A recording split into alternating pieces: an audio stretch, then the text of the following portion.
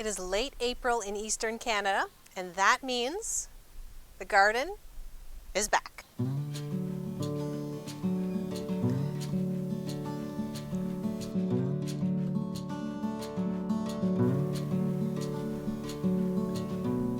We are back, and we're going to do a full tour of the garden today, including these raised beds, the rest of the cutting garden, and the greenhouse behind me, as well as the upper garden, a few new projects, and a few of the more decorative border areas as well. We're going to start here in the raised beds, but first, I think I need my hat. There we go. I know, that's a little funny looking, but I'll be way less squinty now. So on this side of me, we have the tiny greenhouse, and on this side of me, we have 5 large raised beds. This first one is closer to the house, and the first 4 we're going to look at are all 4 feet by 8 feet long. This one is full of ranunculus, and it was getting just below freezing at night fairly consistently. So I put up some hoops so that I could cover it with plastic. This way I can close it up at night and open it up during the day. And all I did was fold the sides of the plastic back using these. These are actually clips for holding a climbing plant such as a vine or a tomato onto a stake. So this far end attaches to the stake, and then the stem of your plant is free to move around in here, which means it's much less prone to breakage in the wind. I love these, but as I didn't have any other sort of clips, I thought I'd try them out here. And they're not perfect, but they do the job and they hold up in the wind. So I open up both sides so that the wind can pass through and it won't really retain a whole lot of excess heat during the day. Another benefit is, since ranunculus don't like to be too wet, if we get any heavy spring rains, I can protect them and keep this cover on to keep the majority of the rain out. Now I'm going to show you the best of the garden right now, and that is the next 3 raised beds, which are filled to the brim with tulips and daffodils. You can definitely see the difference in varieties now. It's really obvious which ones are going to be blooming first. At this point, I have not picked one yet, but we could be days away. And then look into the second bed. Those ones are just about ready. There's a tiny bit of color just starting to show at the top, but as I'm not going to be storing these, I'm not going to be cold storing these at all, so I don't need to pick them early. I'm going to be pretty much picking them the day before they head out to my subscription customers.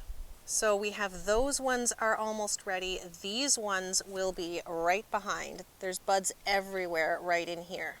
These ones look like they are about 3 to 4 days behind those, and I'm thinking these ones are going to bloom alongside those ones. Some of these that are on the shorter side are still showing buds. This one, for example, these are about 8 inches above the ground, so probably 10 to 12 with what is below ground as well, and I'm going to be pulling these up, bulbs and all. But these ones are showing buds only about 3 inches above ground, so I'm not sure what's going to come of those. But this is why I ordered way too many. Even if I have a few varieties that are failures, I have tons. I think somewhere around 1,100 is what I planted this year. This bed here I planted 2 years ago, and I have 2 double mixes. These are definitely double mixes, and I'm thinking I'll be able to use some of these in my tulip bouquets as well. I'm going to do a mixed bouquet if at all possible. Now those ones in the background right there are Ice King. I have some of those as well in the second bed. Now these ones were a wholesale box of 100, which I'm blanking on the name at the moment. These ones look like they're going to be at the perfect stage to go with my tulip bouquets. Daffodils don't necessarily have the best face life, but a few that I have in the house right now have lasted for 5 to 6 days, but that's going straight from the garden to the vase, not holding them in cold storage at all, which is the plan for most of these anyway. So these were the first to open, but as we move over, the next variety over is called Happy Smile, and just before they open, they bend over almost as a gooseneck. You can see the color in the petals, but the little papery husk has started to pull back. This is when you want to harvest your daffodils for the best face life. You get to watch them open indoors, which is great, but if you catch them a bit too early, they'll look like this, and these ones are not necessarily going to open for you. Looks like these ones, these are called La Torche. These are good sized buds. They are going to open soon. Oh, here's a few that are a bit further along. Just about gooseneck. I could harvest that one too if I wanted. So here is the next one, Suncatcher. If the sun comes out, that one might open today. I love those bright orange accents in there, and that one is also a double. Generally speaking, the doubles are much better to use in bouquets, but I don't want to store these, so I'm just going to wait and harvest the one that are at the proper stage when I'm ready to harvest tulips.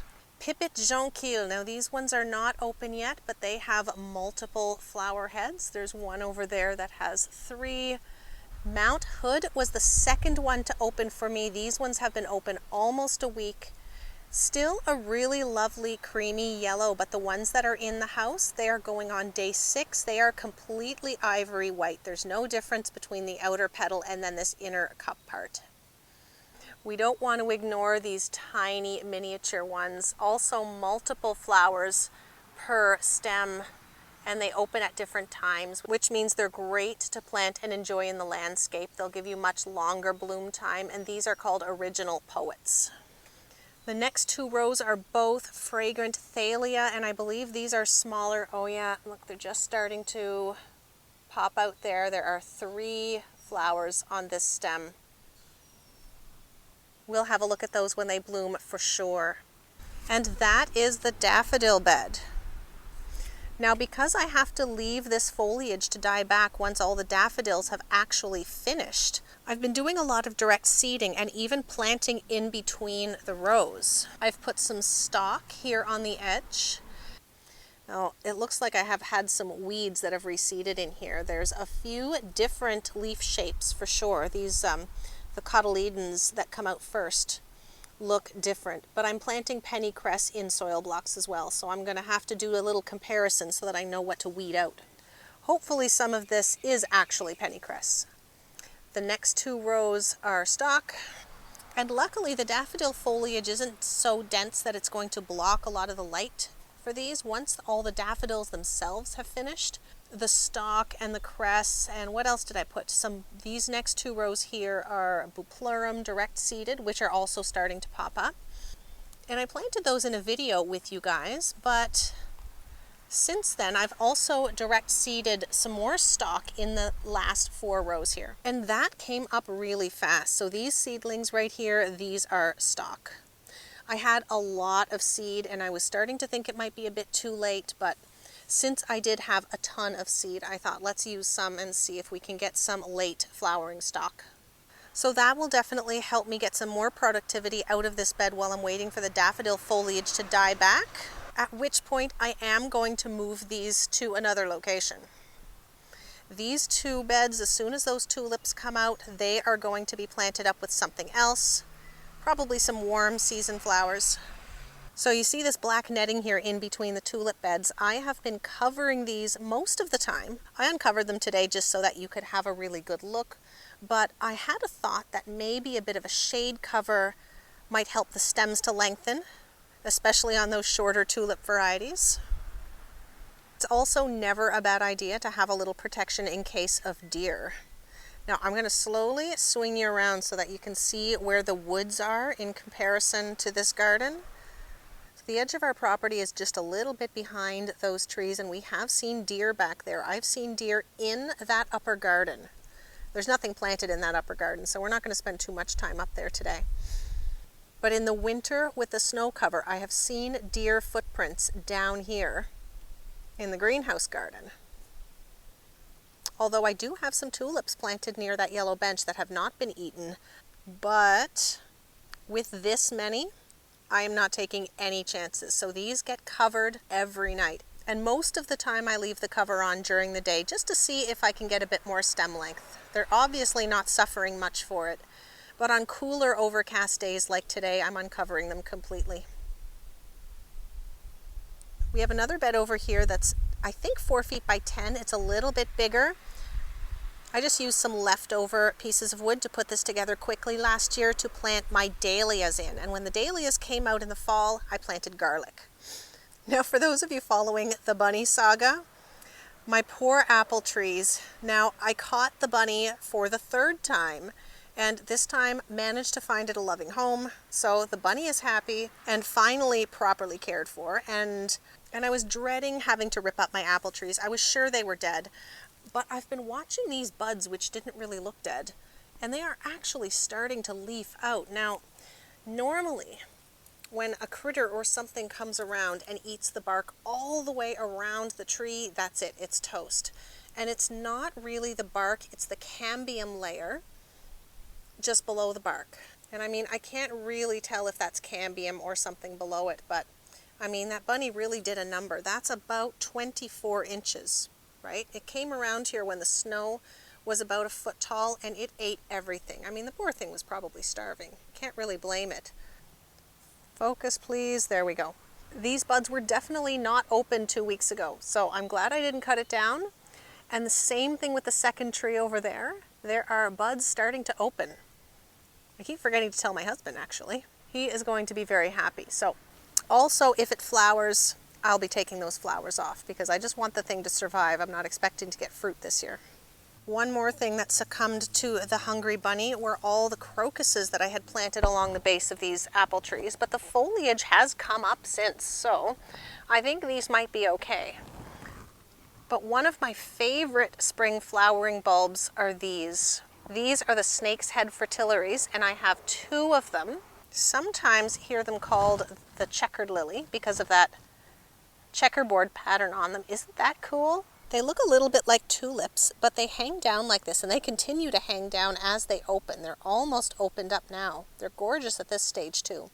But I do have a few behind that yellow bench in front of the woods that the deer have beheaded. These ones, though, luckily are still okay. There's one more behind the second apple tree too, and I should mention that the ones that the deer have decapitated were white. They look exactly like this, but they're all white.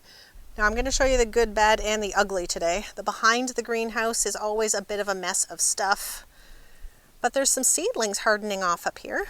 A lot of these seedlings live outside full time now. We have calendula that needs to be separated. This is spinach. This is an empty pot of Mechanopsis grandis burgundy. Out of the 3 varieties I planted, this one did not come up at all, but I'm not giving up on it yet. Sometimes they just take a while. Status is looking fantastic. That was going to be planted out the other day, but I wasn't quite happy enough with the root system, so I'm going to give it a couple more weeks. The Lisianthus actually look really good. I'm super happy with those. A few rough spots, but that's okay.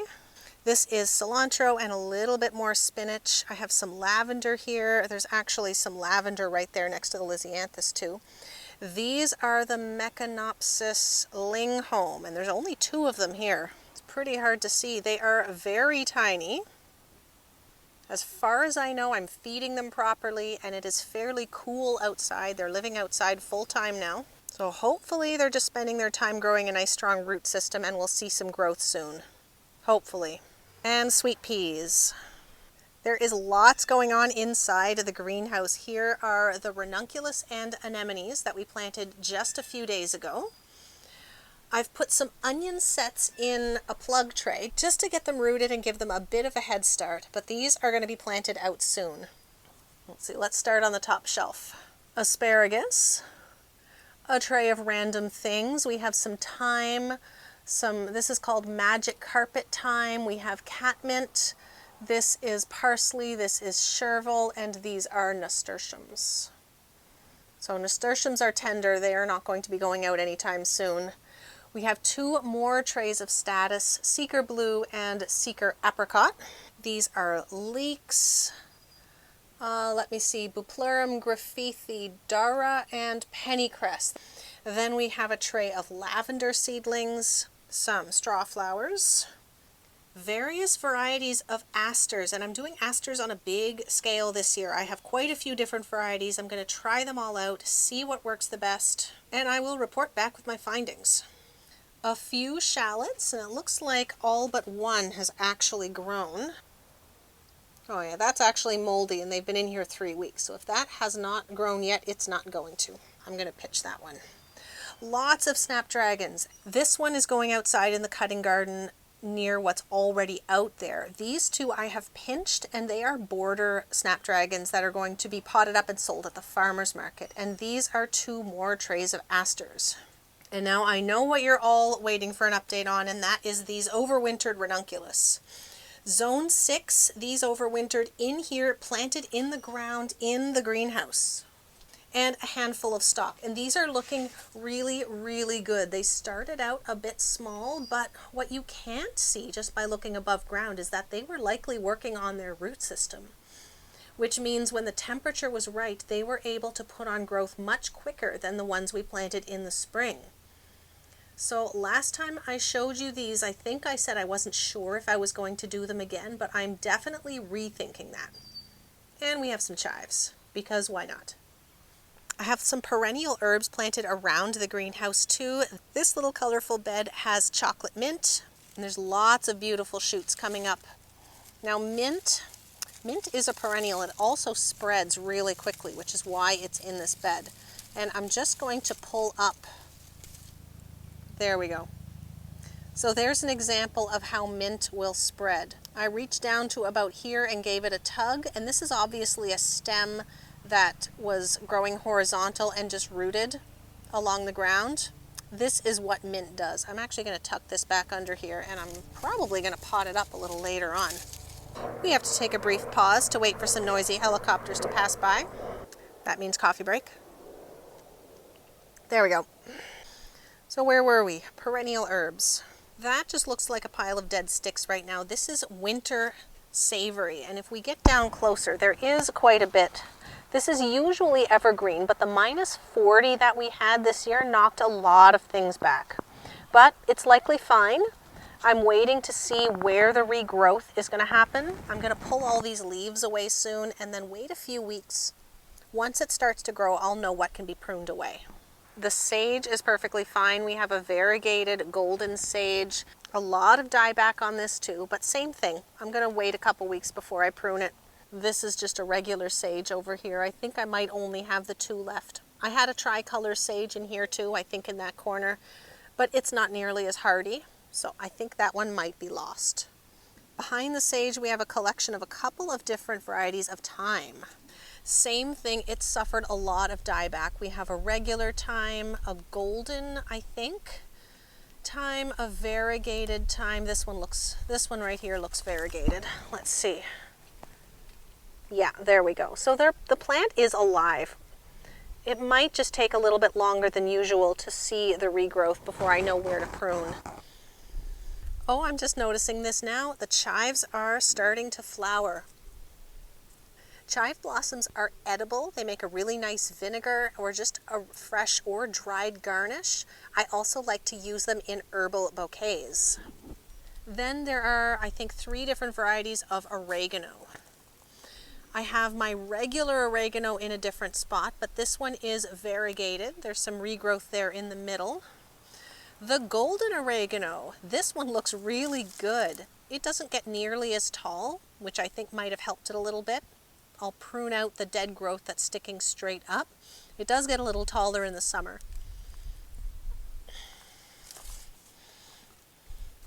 And then this is the hot and spicy oregano, and this is spreading outwards a little bit too, but it does get a little bit taller, and it really does have a bit of a spice to it. It's also just a little bit almost fluffy compared to the regular culinary oregano, but it's a similar color. So there's a little bit of daffodil foliage back there, some snowdrops which are just going to be hanging out there until they die back. And then the anemones in crates are looking really good. I'm happy with those. The stock, not so much.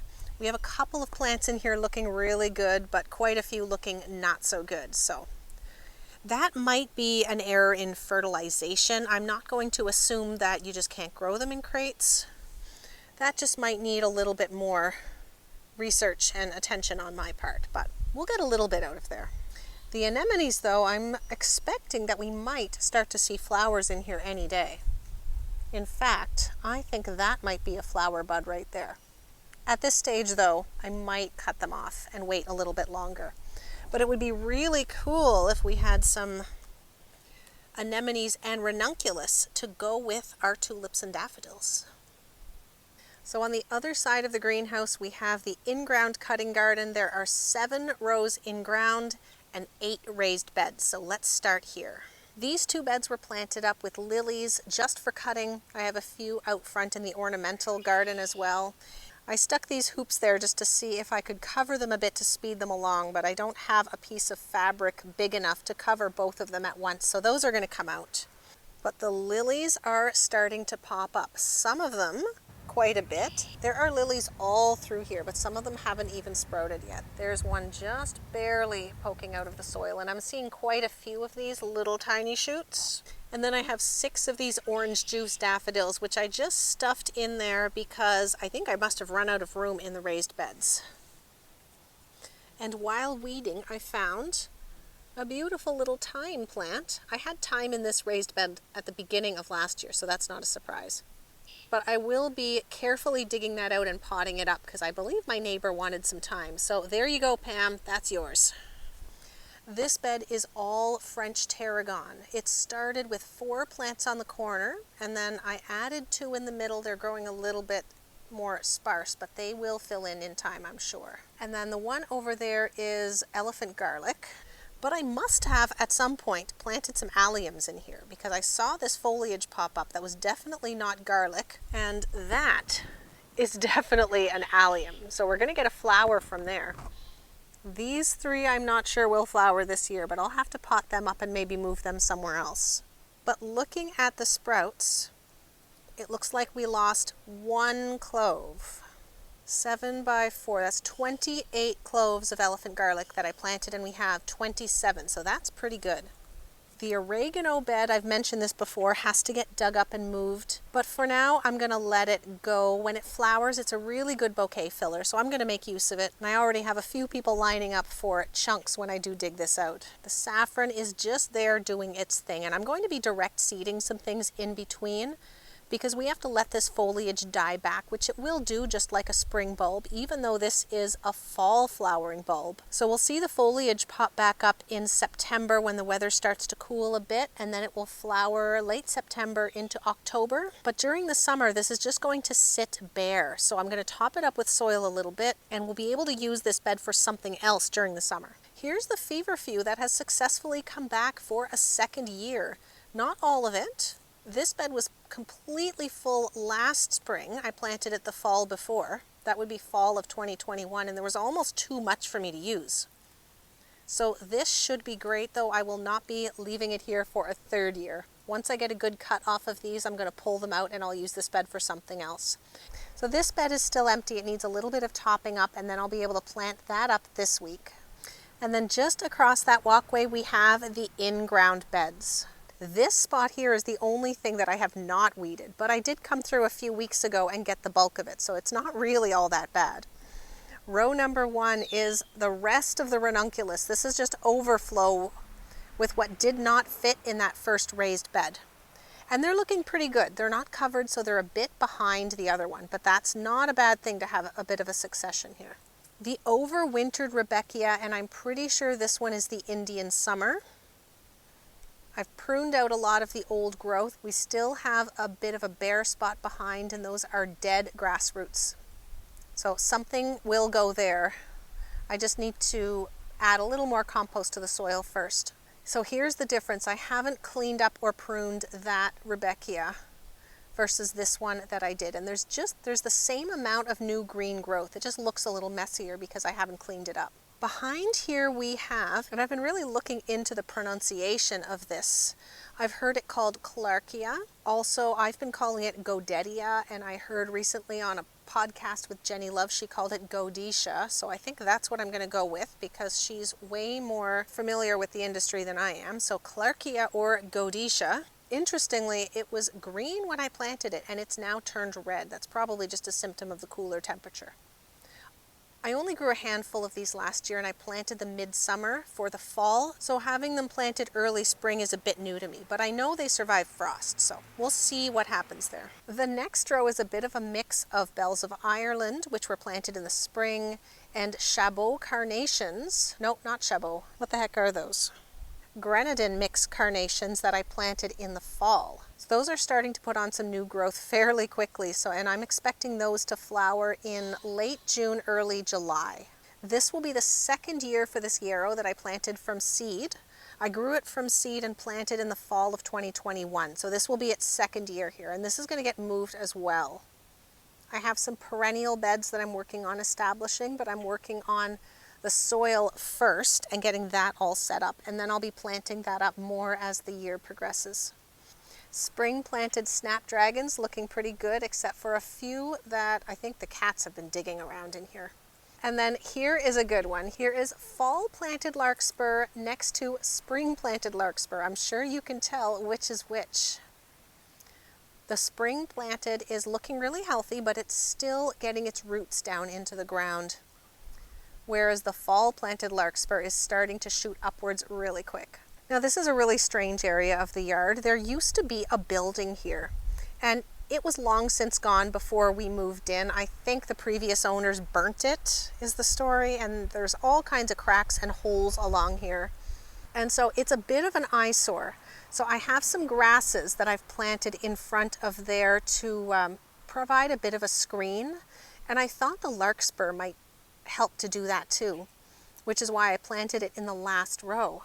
But eyesore as it is, I mean, the kids use it for sidewalk chalk, which you can see, driving their bikes. And we put a little 10-foot frame pool here in the summer. So I'm always looking for ideas to help make this look a little better. Some parts back there just end up being a bit of a dumping ground, but I try to keep that mostly behind the shed, which also is going to need to be replaced really soon. But that is the cutting garden in a nutshell. We are also looking at some fencing because after the year-long bunny saga we had to deal with, we really need a bit of a barrier between us and the neighbors. Then we come to the upper garden, and this is what took the majority of my weeding. Let's take a moment and look how nice that looks. This is completely empty except for, while weeding, I found two really nice looking little lettuce plants that must have been, I must have put lettuce seed here last year and they just didn't come up. But they're looking really nice now, so I'm going to leave them for a few weeks and get a little bit of a lettuce harvest out of that. They're a decent size for having popped up on their own in April. There's one, and there's the other one. This one's the smaller of the two.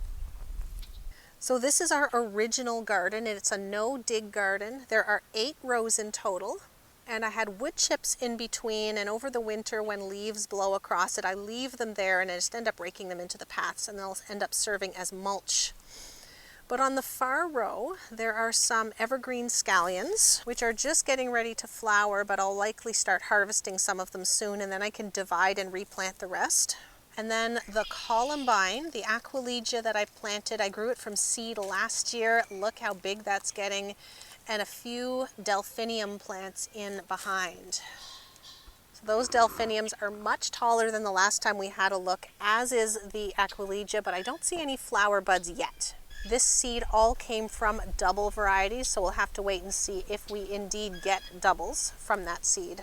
So the one thing I have not weeded is the very back of the garden, which really needs to get done because we have asparagus back here.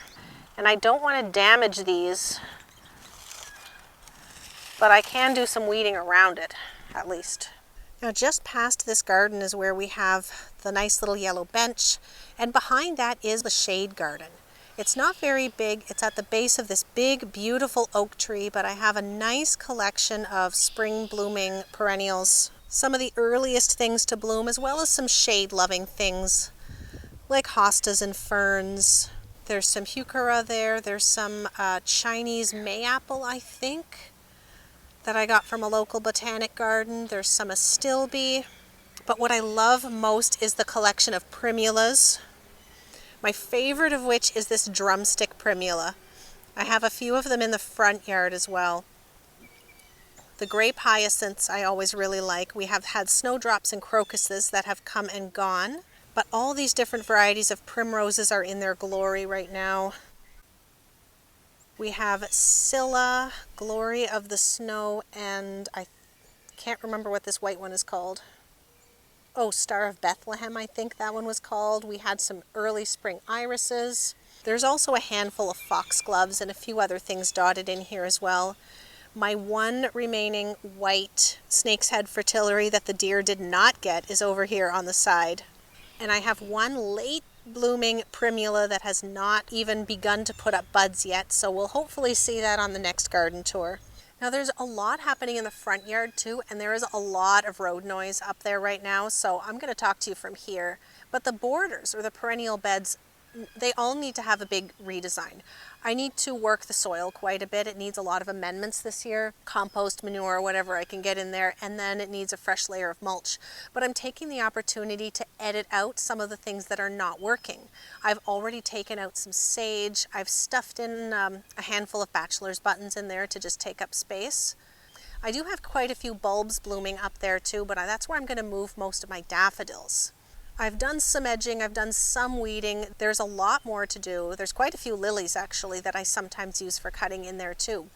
But the main area is the big rectangular bed that I've added to the middle. That is a brand new no-dig bed that I built last year, and I didn't use compost. This is a bit of a myth. A lot of people think that no-dig means that you have to put a very deep layer of compost, but that's not true. I laid down cardboard and now I paid extra for good garden soil, which didn't end up being all that good, but I've been working on adding a lot of amendments to it. It just needed a lot more organic matter that I assumed it already had, but I have been planting that. I have already put in 300 sunflower seeds, all my Chabot carnations, some pennycress. There are a handful of lavender plants, some catmint, and some eryngium that I grew from seed last year that I planted there in the fall, and they've mostly come through the winter okay. Still waiting on a few of the lavender. And the rest of my larkspur. And I think that is all for now. So all I'm hoping is to actually get some productive space out of that main bed area, and that might not be permanent. That was a bit of a low spot in the yard that needed filling anyway. So I thought I would take the opportunity to actually use it for growing space. So we'll definitely have a more in-depth look at that later on in the season. I think the only thing I forgot to show you was my peppermint bed, which I will show you right now. We looked at the chocolate mint. The peppermint is growing just as fast. I use most of this for bouquet fillers and to dry for tea. I want to thank you all so much for wandering around and having a look at the garden with me. And I think I hear the school bus in the distance, so that is my cue to say thank you so much for watching, and I'll see you next time.